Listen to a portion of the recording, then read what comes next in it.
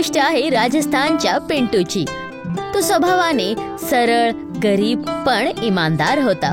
पिंटूची सगळ्यात खास गोष्ट ही होती की तो शाकाहारी असून सुद्धाही चिकनचे खूप वेगवेगळे स्वादिष्ट प्रकार बनवायचा. अरे कसं आहे पिंटू? बस सगळं चांगलं आहे वहिनी. तुम्ही कशा आहात?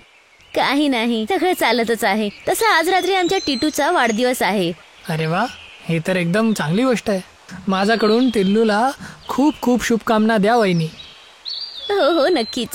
आणि हा, आठवणीने तुमच्या हाताचा लाचा काजूवाला दम चिकन संध्याकाळपर्यंत घरी पाठवून द्या. आज खूप पाहुणे येणार आहेत, तर त्यांना तुझ्या हाताने बनलेलं चिकन नक्कीच खायचं आहे. हो नक्कीच, तुम्ही काळजी करू नका. संध्याकाळच्या वेळेस तुमच्याकडे चिकन पोहोचणार. तर काही असं होतं पिंटूचं जीवन. तो आपल्या बोलण्या आणि हाताने बनलेल्या खाण्याने सगळ्यांचं मन जिंकायचा. ह्याचमुळे हॉटेलचा मालिक पण त्याच्यावर फिदा होता. तुम्हाला जेवण चांगलं वाटलं हे ऐकून बरं वाटलं. परत नक्की या. अरे वा पिंटू, तुझं तर जवाबच नाही. माहित नाही तू ग्राहकांवर असं काय जादू करतो की सगळे लोक एकदम खुश होतात आणि परत परत येतात. जी, हे सगळं परमेश्वरांची कृपा आहे. अरे हे तर तुझं मोठेपणा झालं. तुझ्या आल्यामुळे माझी आमदनी 2 पट झालीये आणि पुढे अजून वाढणार जसं तुम्हाला वाटतं. बरं, तू असंच तुझ्या कामाकडे लक्ष दे. ग्राहकांची पसंत आणि नापसंतकडे लक्ष दे.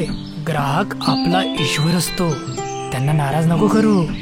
कळलं? हो सेठजी, हो. पिंटूच्या कामामुळे ना केवळ त्याचं नाव पण हॉटेलचं नाव सुद्धा आजूबाजूच्या गावामध्ये मशहूर झालं होतं. लोक दूर दूरून फक्त पिंटूच्या हातातलं चिकन खायला यायचे आणि आनंदाने घरी जायचे.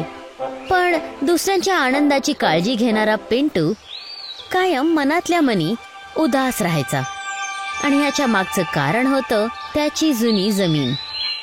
आई, मी आज जे काही करतोय त्याचं कारण फक्त तू आहे. तू जे काही गोष्ट मला शिकवली त्याच्यामधून मी काहीही विसरलेलो नाहीये. आणि माझ्या हे पण लक्षात आहे की आपला शेत आणि जमीन गावातल्या व्यापारीकडे गहाण ठेवली आहे. किती बदनसीब आहे मी. एक तर तुझा इलाज बरोबर नाही केलं मी, आणि तुझी शेवटची आठवण ते पण गमावली मी. पण तू काळजी करू नको, आज नाही उद्या मी त्या व्यापारीकडनं आपली जमीन घेणारच. आपल्या आईची शेवटची निशाणी घेण्यासाठी पिंटू दिवस रात्र मेहनत करायचा. पण पिंटूला काय माहित होतं की आता त्याच्या मेहनतचा खरा फळ त्याला मिळणारच आहे. अरे पिंटू, जरा ऐक. हो सेठजी, सांगा. आपल्या गावात एक मोठी विज्ञान प्रदर्शनी आहे ज्याच्यामध्ये बाहेर गावातले लोक पण येणार आहे. काय, बाहेरून पण येणार आहे? हो, आणि त्या लोकांनी चिकनची स्पेशल डिश मागवली आहे. बस इतकंच मालक. काही हरकत नाही, होऊन जाईल. नाही होऊन जाणार हे तर मला पण माहिती आहे, पण त्यांनी सांगितलं की पाहुणे बाहेरून येणार आहे आणि त्यांना जास्त तिखट आवडत नाही, तर त्या हिशोबाने काही मजेदार आणि कमी तिखट असं बनवावं लागणार. ओ, तिखट कमी पाहिजे? बरं, हरकत नाही, होऊन जाईल. तसं ही प्रदर्शनी कधी आहे? उद्या. तू एक काम कर, तू घरी जाऊन व्यवस्थित विचार कर काय नवीन तयार करू शकतो, आणि मग नंतर आपण ते पाठवणार. हो मालक. सेठचं बोलणं ऐकून पिंटू खूप एक्साइटेड झालं. त्याला खूप दिवसांपासून काही नवीन आणि वेगळं करण्याची संधी नाही मिळाली होती, आणि आता विज्ञान मेळ्याच्या बहाने त्याला तोच मौका मिळालेला होता. दुसऱ्या दिवशी पिंटू गरजेचं सामान घेण्यासाठी बाजारात गेला, पण त्याची नजर अचानक एका विचित्र गोष्टीवर पडली. अरे हे काय, भोपळा? अरे भोपळांसोबत आपण काही विशेष करूया. बाजारामध्ये पडलेल्या मोठ्या मोठ्या भोपळ्यांना बघून पिंटूच्या मनामध्ये पंपकिन चिकन बनवण्याची योजना आली, आणि तो ते सगळे पंपकिन्स घेऊन घराकडे आला. घ्या घ्या, शेवटी घरी पोहोचलो. किती ऊन आहे बाहेर. बरं जाऊ द्या. चला पिंटू, आज काहीतरी नवीन तयार करूया. पिंटू भोपळा आणि चिकन तर घेऊन आला होता, पण थोडा घाबरलेला सुद्धा होता की हा एक्सपेरिमेंट चुकायला नको. पण त्याने हार नाही मानली आणि तो लागला आपल्या कामाला. भीती वाटतीये.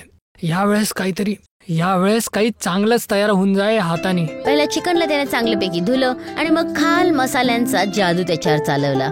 घ्या, चिकन मध्ये गरम मसाला, मीठ, हळद, बटाटा सगळं एकदम व्यवस्थित मिक्स केलंय. आता भोपळ्याची वारी आहे. त्याने झटपट पिशवीतून भोपळा काढला, धुवून त्याचा ज्यूस काढला आणि चिकनला एका मोठ्या कढईमध्ये तेल, लाल मिर्च आणि मसाल्याबरोबर फ्राय करायला सुरुवात केली आणि मग त्याच्यामध्ये भोपळ्याचा रस घालून ढाकून शिजवायला ठेवलं. चला, हे आता मी थाळी कढाईवर ठेवली. गॅसला जरा कमी करूया आणि आता बारी आहे भाताची. त्याने लवकरच भात शिजवला आणि भोपळ्याच्या रस मध्ये बनलेल्या चिकनला मिळवून त्याला दमवर ठेवलं, जसं ती एक बिर्याणी आहे. आणि मग काहीच वेळामध्ये पिंटूचा पंपकिन चिकन आणि खास भात तयार झाला. चला, शेवटी मी करून दाखवलं.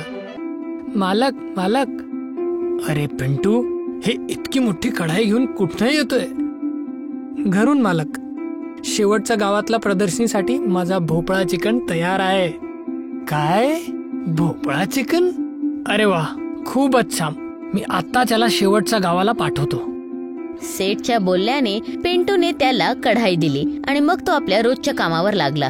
सेठजी बरोबर वेळेवर प्रदर्शनीमध्ये पोहोचले. जेव्हा सगळेजण खायला बसले तर पिंटूचा स्पेशल पंपकिन चिकन सगळ्यांना वाढला गेला. तेव्हा ओ माय गॉड, हे कोणी तयार केलंय? काय झालं? काही गडबड आहे का? सांगतो. पहिले मला हे सांगा, हे पंपकिन चिकन कोणी बनवलंय? माझ्या होटलात एक माणूस काम करतोय. तो एकदम छान जेवण बनवतो. त्यानेच ही नवीन डिश बनवली आहे. काय झालं साहेब? काही बरं नाही वाटलं का? नो, जेवण एकदम जबरदस्त आहे. मी माझ्या जीवनात असं जेवण कधीच खाल्लं नाहीये. त्यामुळे मी त्याला 1 लाखाचा इनाम देतो. हे घ्या, 1 लाखाचा चेक. काय? 1 लाख? बाहेरून आलेल्या अंग्रेज साहेबांचं बोलणं ऐकून सेठच्या डोळ्यातून पाणी आलं. त्याने जरा पण वेळ नाही घालवला आणि गावी पुन्हा जाऊन तो चेक पिंटूला दिला. पिंटू, अरे सेठजी, आरामशीर. असं काय ओरडताय? काय झालं? अरे ओरडू नाही तर काय करू? हे घे, तुझ्या मेहनतीची कमाई. काय? 1 लाख? हो पिंटू, तुझी मेहनत रंगली आहे. हो मालक, आता मी आजच त्या व्यापारीचं सगळं कर्ज फेडू शकतो आणि मग नंतर गहाण ठेवलेली जमीन पण परत घेणार. आता एक काम कर, एक खूप मोठं हॉटेल उघड आणि अजून पुढे जा. सेठजीच्या तोंडातून नवीन सुरुवातीची गोष्ट ऐकून पिंटूच्या डोळ्यामध्ये अश्रू आले.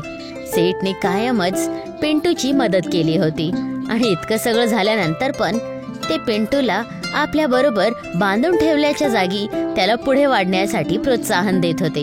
शेवटी पिंटूने ते पैसे घेतले आणि एका नवीन जीवनाची सुरुवात केली. ह्याने आपल्याला हे शिकायला भेटतं की जो खऱ्या मनानं काम करतो, मेहनत करतो, तो एक ना एक दिवशी आपली मंजिलकडे नक्कीच पोहोचतो. पिंटूने सादगी, मेहनत आणि नवीन प्रयोगांनी स्वतःचं नाव बनवलं आणि पंपकिन चिकनने त्याची किस्मतच बदलली.